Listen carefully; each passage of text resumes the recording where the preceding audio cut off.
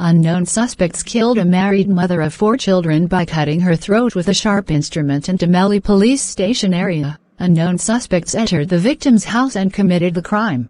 A 13-year-old girl was raped by a 13-year-old girl in Sadar police station limits, Chantra, notice of Podalam. Accused arrested and detained. Further investigation is ongoing.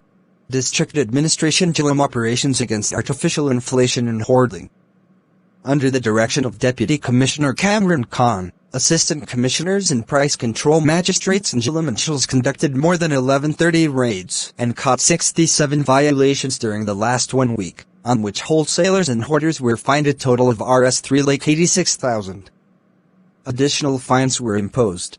The government, its allies and the parties in the PTM have decided to approach the Supreme Court tomorrow for a full court bench in the matter of the election of Chief Minister Punjab.